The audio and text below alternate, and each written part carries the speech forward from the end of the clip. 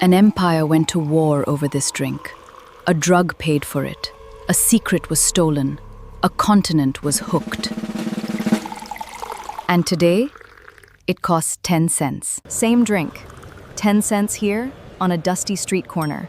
$6 there, in a glass cup with better lighting. Who convinced the world 60 times was an upgrade? For the same milk, the same spices, the same boiling kettle. The only thing that changed was the story. And that story includes a trade war that ended with cannons, a spy who stole China's most guarded secret, a corporate plot to turn a whole continent into tea drinkers, and a rebellion led by men with dented kettles that beat the most powerful monopoly in history at its own game. If you've ever drunk chai, this is your history. The drink that starts every morning from Karachi to Kolkata was engineered by British corporations. And it worked so well, 1 billion people made it their own. But the twist is this: the empire lost. Not to another empire, to a man with a dented kettle. Because when Britain tried to tell India how to drink its tea, India said no and rewrote the recipe.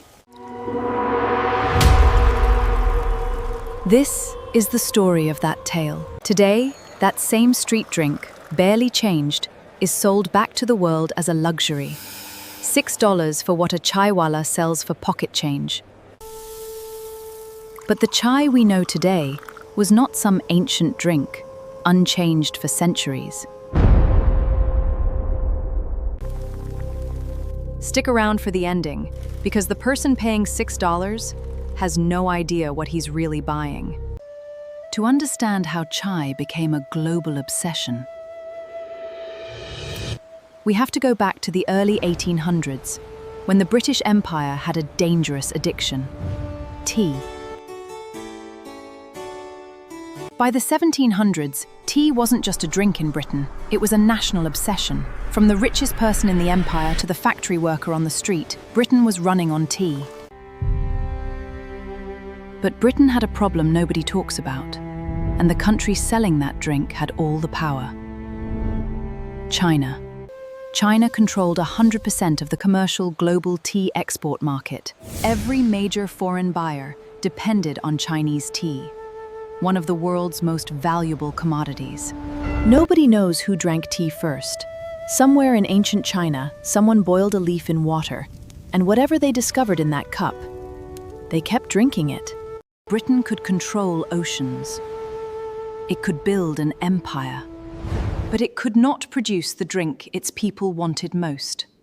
China controlled the leaves, the processing methods. They grew it, they set the price, and Britain had no choice but to pay. Every year, millions of pounds worth of silver flowed out of Britain and into Chinese hands. They tried to fix this imbalance through trade deals, but China had little interest in what Britain was selling. So Britain searched for another way to reverse the flow of money. And that search led to one of the darkest chapters in global trade: addicting the whole population.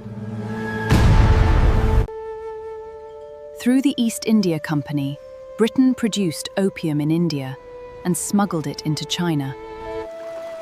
Slowly, a new addiction spread. Millions suffered as addiction grew, and silver started flowing back toward Britain. In 1839, Chinese authorities attempted to stop the trade by destroying opium shipments. Britain responded with military force, launching the Opium Wars that reshaped China's relationship with the West forever. They forced China to open ports and seized Hong Kong. But victory did not solve Britain's biggest problem. They controlled trade routes and oceans, but China still controlled the secret behind tea. You can win a war, but you cannot control a product if you do not know how it is made. And this time, they would not buy it. They would take it. In 1848, the East India Company hired Scottish botanist Robert Fortune for a covert mission. His task? Infiltrate forbidden interior China, steal living tea plants, and smuggle them out. Disguised in traditional Chinese robes with a shaved head, Fortune ventured deep into restricted tea-growing regions. He successfully gathered thousands of tea seeds and plants, hid them in glass cases, and shipped them directly to British-controlled India. It was one of the greatest acts of corporate espionage in history, but when British botanists arrived in India to plant their stolen prize, they discovered an embarrassing shock. The secret they had bled and stolen for was already growing wild in their own backyard. Deep in the jungles of Assam, native wild tea plants had been growing for centuries. Indigenous tribes, like the Singfo people, had been brewing it for generations. The British had ignored them completely. This indigenous Assam plant was larger, stronger, and far more bitter than delicate Chinese tea. They immediately carved massive plantations out of Indian forests. By the late 1800s, Britain had successfully built an industrial tea empire in India. But now, they hit a massive new business nightmare. They had millions of pounds of bitter Indian tea, but almost nobody in India actually wanted to drink it. Indian culinary traditions were built on fresh juices, warm milk, and traditional herbal decoctions. Bitter British tea had zero demand. So, the British Tea Association launched one of the earliest mass psychology marketing campaigns in Asia. First, they targeted the brand new Indian railway network. They established free tea stalls at major train platforms. Every traveller, on every journey, was offered cheap or free cups. Next, they targeted industrial mills and factories. British owners gave factory workers mandatory tea breaks, discovering that caffeine kept workers energized and increased factory output. To make tea even cheaper, Britain pushed CTC, crush, tear, curl. Instead of whole leaves, CTC produced cheap, granular tea dust. It brewed fast, it was dark, and it was brutally bitter. The British designed this cheap tea to keep Indian labourers working longer hours. But then, the British lost control of their own creation.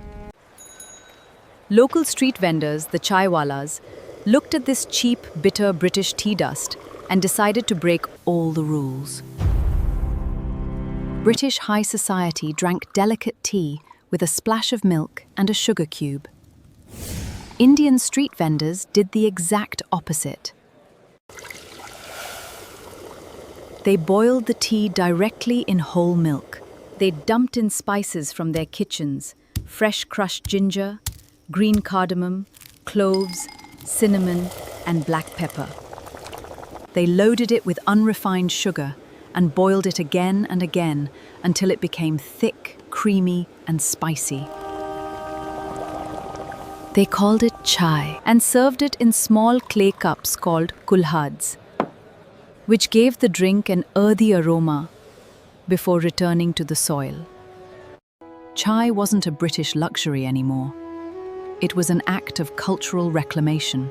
It became the lifeblood of South Asia, fueling truck drivers across endless highways, uniting neighborhoods, and starting every single morning, from Karachi to Kolkata.